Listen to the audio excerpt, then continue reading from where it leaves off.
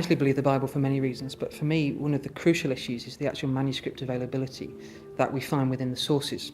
My understanding is that a historical source is only as good as the documents that it sits upon. And the evidence for the New Testament documents is extremely strong, particularly when you compare the source material for the secular sources of the time. Two of the earliest biographies of Alexander the Great, for example, are written 400 years or so after his death by Arrian and by Plutarch, are considered by historians to be the strongest evidence for his life. And yet we're still finding them 400 or 500 years after he died in 323 BC. And yet for me, the remarkable thing is that historians are still prepared to treat this as a key source document. And the same is true for some of the lateness of the manuscripts. If you take, for example, the Annals of Tacitus, written maybe 100 or 110 AD, the earliest available manuscript for him is not found until 850 AD. It's the same for the letters of Pliny, it's the same for the lives of Suetonius. The Bible manuscript evidence is much more compelling than some of the secular sources. If you take the earliest surviving codices of the New Testament, Codex Vaticanus and Codex Sinaiticus, they both date from around about the middle of the 4th century AD. Now that immediately closes the window on the sources to a much shorter period than, for example, the Annals of Tacitus or the works of Pliny. And we can even push it further than that. If you take the earliest surviving manuscript fragment, which is one of the Rylands papyri held in the John Rylands Library in Manchester, we actually find that there's an early fragment of the Gospel of John. It contains just a few verses from John chapter 18. And it was found in Egypt, and historians have dated it to around about 125 or 130 AD. Now, even the most liberal scholars will tell you that John, the Gospel writer, John the Apostle, died in the AD 90s, or perhaps as late as AD 100. So when you consider that this Gospel fragment of his is available 25 or 30 years after that, we get this remarkable piece of evidence that the scribe who was perhaps recording the fragment that we have was alive at the time that John the writer himself was alive.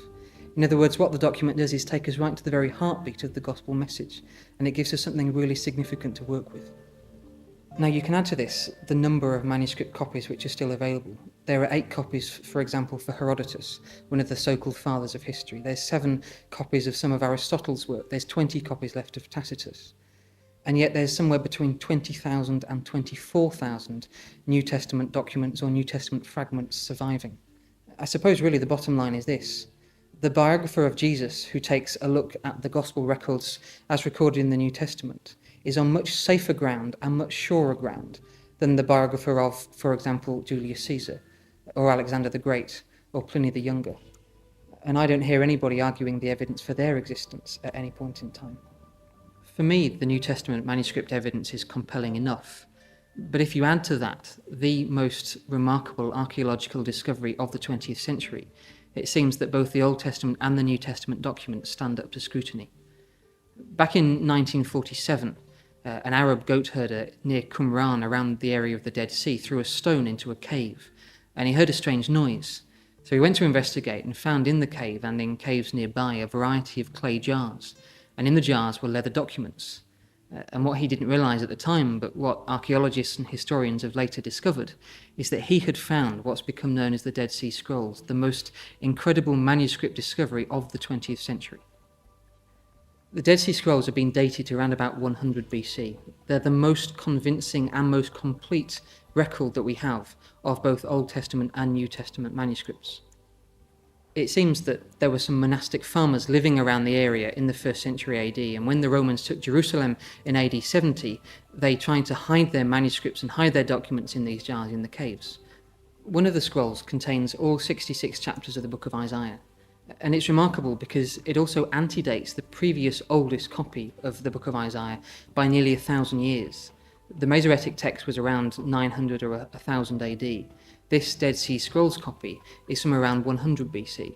Normally you'd expect remarkable changes in a document over 1,000 years. That's a pretty long period of time. And yet what's remarkable for scholars of the Dead Sea Scrolls is that that copy of Isaiah found in the caves in Qumran is virtually identical to the later Masoretic copy that dates from 900 or 1,000 AD. You would expect to find many more changes than you do, and even the changes and the variations which are there are pretty negligible. They certainly don't impact on anything central to the Gospel or central to Isaiah's message. I spent a lot of time working with old manuscripts and working with old books, And it seems to me that the Bible more than passes the tests that historians lay down when they work with ancient source material. And I find that that means that when I come to the Bible, or when anyone else comes to the Bible, they can treat it not merely as a book of old documents, a book of old manuscripts, but as something living and powerful, containing a message for us today.